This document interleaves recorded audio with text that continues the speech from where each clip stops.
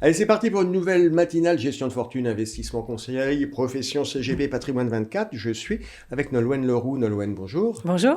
Nolwenn, vous êtes la porte-parole de la gestion de DNCA et puis vous êtes aussi gérante obligataire. On y reviendra. On va faire un petit point. Il y a une espèce de revival d'un de vos fonds fétiches qui est Eurose. Belle année 2021. Tout à fait.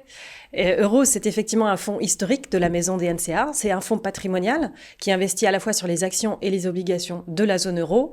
Et c'est quelque part une alternative au fonds euro. Ouais, alors on connaît le fonds, hein, mais la performance 2021 sur Eurose, c'était 7,2% presque. C'est pas mal. Après une période qui a été, on va dire, moins exaltante quand même sur le fonds.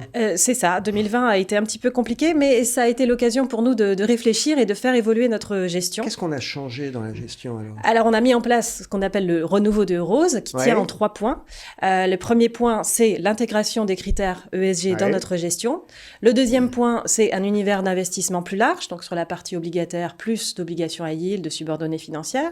Et sur la partie action, des stratégies croissance aux côtés des stratégies value plus traditionnelles pour ce fonds-là. Et troisième point, on a un portefeuille aujourd'hui plus flexible, donc qui est capable de mettre en place des stratégies de couverture. On bouge plus facilement. Exactement. Et on protège la performance en cas de choc sur les marchés surtout. D'accord.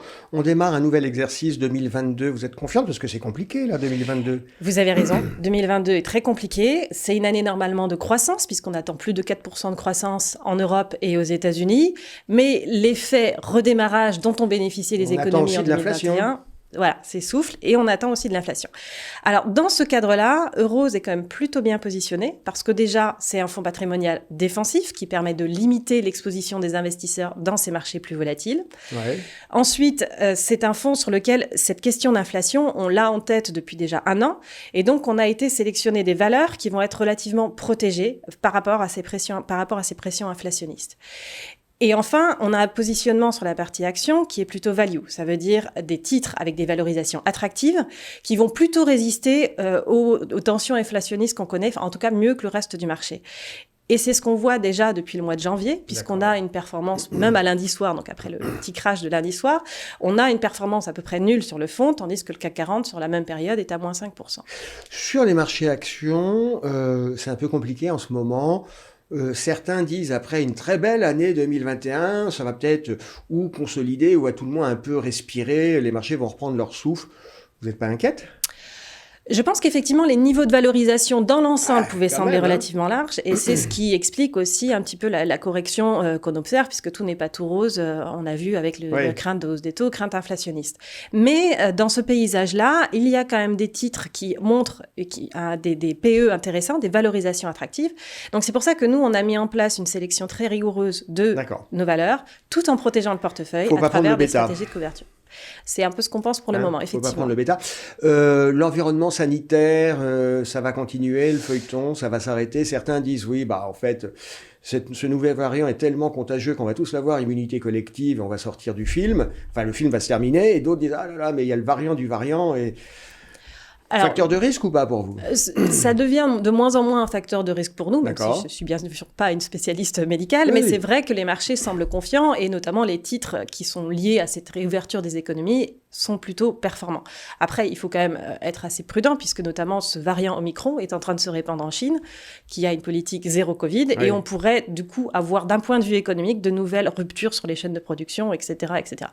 Donc encore un petit peu de prudence peut-être. Ok, il peut y avoir des effets indirects. L'environnement géopolitique, pareil, c'est compliqué. C'est un facteur d'inquiétude de voir les Russes qui massent des troupes à la frontière de l'Ukraine où on se dit c'est le bras de fer traditionnel auquel les Russes aiment se prêter.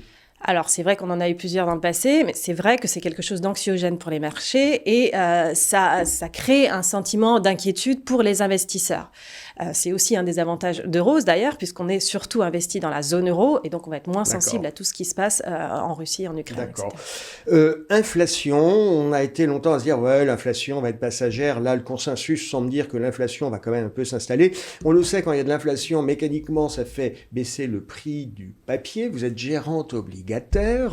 Dans cette configuration, on fait quoi, mis à part vendre ? Faut vendre ? Alors, vous avez raison que sur le marché obligataire, peut paraître le marché un peu le moins attractif en cette année 2022. Les rendements sont historiquement faibles et la pression à la hausse des taux, puisque les banques centrales vont réduire leur politique accommodante, va aussi peser sur la performance. Et c'est d'ailleurs le cas au mois de janvier, on a des performances négatives. Mais ce marché-là, il reste quand même essentiel parce qu'il est détenu par des investisseurs institutionnels comme les assureurs qui, à cause de la réglementation, investissent sur ce marché. Doivent de toute façon Exactement. Et ensuite, c'est aussi le marché qui va permettre aux grandes entreprises investment grade de se refinancer. On a eu un marché primaire très dynamique au mois de janvier et ça va continuer dans les mois à venir. D'accord. Alors, comment est-ce qu'on fait pour investir sur ce marché-là en protégeant sa performance? Alors, moi, je pense qu'il y a un segment de ce marché qui reste encore intéressant, c'est ce qu'on appelle le high yield. Le haut rendement. Le haut rendement, exactement. Mais qui dit haut rendement dit haut risque. Alors, pourquoi c'est intéressant aujourd'hui, malgré ça?